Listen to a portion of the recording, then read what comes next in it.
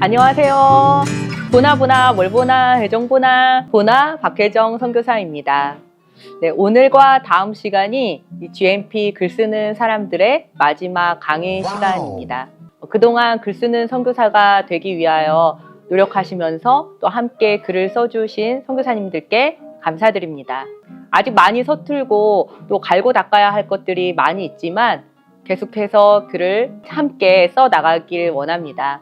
우리가 쓴 글을 통해 우리 자신이 먼저 변화되고 또 주변의 사람들과 고국의 교회와 성도님들에게 또 선한 영향력을 미칠 수 있기를 소원합니다. 글의 힘을 회복하고 활용할 줄 아는 선교사와 선교단체가 되기를 소망합니다. 그럼 오늘은 글쓰기의 마지막 단계인 고쳐쓰기, 퇴고에 대해서 함께 공부해 보도록 하겠습니다. 고쳐쓰기, 왜 해야 할까요?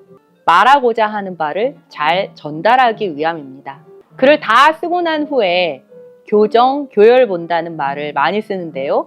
아마 선교사님들도 많이 들어보셨을 거예요. 고쳐쓰기의 3인방, 교정, 교열, 윤문에 대해서 먼저 알아보도록 하겠습니다. 교정은 일반적 개념으로 말하자면 잘못된 것, 즉 띄어쓰기나 맞춤법이 틀린 것을 수정하는 것이고요. 교열은 오류가 있는 내용을 바로잡는 것을 말합니다. 그리고 윤문은 문장을 말 그대로 윤이 나게 다듬는 것입니다. 네, 띄어쓰기나 맞춤법이 틀린 것을 바로잡는 교정은 요즘은 워드나 한글 프로그램 안에서 바로 할 수 있어서 편리하기도 하지요. 그런데 띄어쓰기나 맞춤법을 따로 공부하고 싶으시다면 국립국어원 홈페이지에 들어가셔서 올려진 자료를 읽어보시면 좋을 것 같고요. 또 글을 쓰시면서 선교사님들께서 자신이 반복해서 틀리시는 띄어쓰기나 맞춤법이 있음을 아마 아실 것 같아요. 그러면 그것을 또 정리해서 공부해 놓으시면 또 좋을 것 같습니다. 그런데 이제 제가 쓰는 방법은요, 특별히 카카오 브런치라는 사이트에 가입을 해서 그 플랫폼에서 글을 쓰고 고치는 것을 하는 것인데요. 카카오 브런치는 누구나 쉽게 작가가 될 수 있도록 지원해주는 그런 플랫폼이거든요. 그래서 이곳에서 쓴 글이 나중에 브런치북 출간으로까지 이어지기 때문에 글 쓰고 교정 보는 데는 아주 바로 딱입니다. 저는 이제 워드에서 글을 쓰고 그것을 그대로 복사해서 그 카카오 브런치 글쓰기에 이제 붙여요. 그리고 거기서 맞춤법 검사를 진행합니다. 그러면 딱 맞춤법 띄어쓰기가 어디에서 틀렸다고 차라락 알려줘요. 그럼 거기서 또 바로 수정을 합니다. 그리고 그것을 다시 복사해서 가져와서 워드로 이제 붙입니다. 이제 그거를 저는 이제 교정 보는 방법으로 꼭 확인하고 있고요. 네, 그런데 선교사님들도 한번 사용해 보시기를 권해드립니다. 또 교열은 단순히 글의 문법만 이제 바로잡는 것은 아니고요. 글이 쓰여진 배경, 그리고 사실 여부, 그리고 지시까지 고려해야 하는 작업입니다. 인명이나 지명, 또 수치, 또 책 제목에서의 인용 등이 정확하게 쓰였는지를 확인하는 것입니다. 예를 들어서 이순신 장군의 출생 연도 혹은 사망 연도 이런 것을 이제 기록하는데 그것이 진짜 그 역사적 사실에 맞게 그것이 기록했는가, 그것을 이제 따져보는 그런 작업이라고 생각하시면 쉬울 것 같아요. 윤문은 어색한 문장, 장황한 문장을 자연스럽고 명료한 문장으로 바꾸는 것입니다. 어떤 계층의 독자건 간에 읽고 이해가 갈 수 있는 문장으로 바꾸는 작업이라고 생각하시면 쉬울 것 같아요. 자, 교정과 교열이 거의 동시에 이루어지고 윤문이 마지막 단계에서 이루어지는 경우가 많은데요.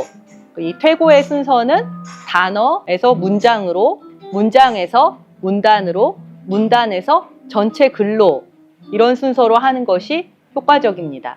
자, 1단계에서는 단어를 보면서 맞춤법과 오탈자 또 정확한 단어 사용을 했는지 확인합니다. 그 다음에 2단계에서는요, 문장으로 확대해서 문장의 연결이 매끄럽게 되었는지, 문법에 맞지 않는 문장이 있는지 없는지 그런 비문을 가려냅니다. 그 다음에 3단계로 문단을 보면서 내용과 의미가 잘 전달되고 있는지, 논리적 근거가 빈약하지는 않은지, 추가해야 될 이유나 근거는 없는지 이런 것들을 따져봅니다. 그 다음에 4단계는 글 전체를 보면서 이제 문단의 흐름과 맥락이 자연스러운지, 그리고 주제가 명확하게 잘 드러나 있는지를 봅니다. 이렇게 단어, 문장, 문단, 글 순서로 퇴고하시면 좋습니다. 네, 지금까지 강의 중간중간에 적, 의, 것, 들, 하고 있었다를 쓸 것인가 뺄 것인가, 그리고 잘못된 피동사, 사동 그런 법에 대해서 알아보았는데요. 오늘은 마지막으로 을 수 있다는 표현을 상황에 맞게 사용하는 방법에 대해서 또 함께 알아보도록 하겠습니다. 그럼 먼저 안 쓰면 더 좋은 을 수 있는에 대해서 알아보겠습니다. 될 수 있다, 할 수 있다. 우리가 그래서 아주 많이, 자주, 습관적으로 쓰는 표현 중에 하나입니다. 바로 가능성을 의미하는 것이죠. 될 수 있다, 할 수 있다가 문장 속에서 없어도 된다면 우리는 굳이 이 말을 쓰지 않아도 됩니다. 그래야 더 깔끔한 글, 그리고 독자의 가독성을 높이는 글, 그리고 그 뜻을 분명히 명확하게 전달하는 글이 될 수 있습니다. 그럼 예시를 먼저 한번 보실까요? 1등이 될 수 있는 가능성이 얼마나 되는 거야? 우리의 목적을 이루는데 보탬이 될 수 있는 능력을 갖추고자 한다. 그제야 나는 그 사실을 깨달을 수 있었던 것이다. 안전하게 치료해 줄 수 있는 의사를 찾기 위해 텅 빈 도시를 샅샅이 뒤졌다. 언뜻 보면은 아무런 문제가 없는 문장 같습니다. 그런데 한번 여기서 될 수 있는, 깨달을 수 있는, 줄 수 있는 에서 을 수 있는을 없애볼까요? 1등이 될 가능성이 얼마나 되는 거야? 우리의 목적을 이루는데 보탬이 될 능력을 갖추고자 한다. 그제야 나는 그 사실을 깨달은 것이다. 혹은 깨닫게 된 것이다. 안전하게 치료해줄 의사를 찾기 위해 텅 빈 도시를 샅샅이 뒤졌다. 네, 보신 대로 올 수 있는을 빼도 문장에 아무런 지장이 없습니다. 그러면 빼는 게 맞죠? 다음 예시 보실까요? 잠에서 깨어 내가 한 데서 잠들었다는 사실을 깨달을 수 있기까지 한참이 걸렸다. 마실 수 있는 것이 없어 목말라 하는 사람들. 호르몬의 영향으로 엄마는 아기를 항상 긍정적인 시각으로 바라볼 수 있게 된다. 우리가 느낄 수 있었던 불안은 촉박한 시간뿐만 아니라 사태의 심각성 때문이기도 했다. 여기서도 언뜻 보니 아무런 이상이 없는 것 같습니다. 그렇다면 여기서 을 수 있는을 한번 빼볼까요? 잠에서 깨어 내가 한 데서 잠들었다는 사실을 깨닫기까지 한참이 걸렸다. 마실 것이 없어 목말라 하는 사람들. 호르몬의 영향으로 엄마는 아기를 항상 긍정적인 시각으로 바라보게 된다. 우리가 느낀 불안은 촉박한 시간뿐만 아니라 사태의 심각성 때문이기도 했다.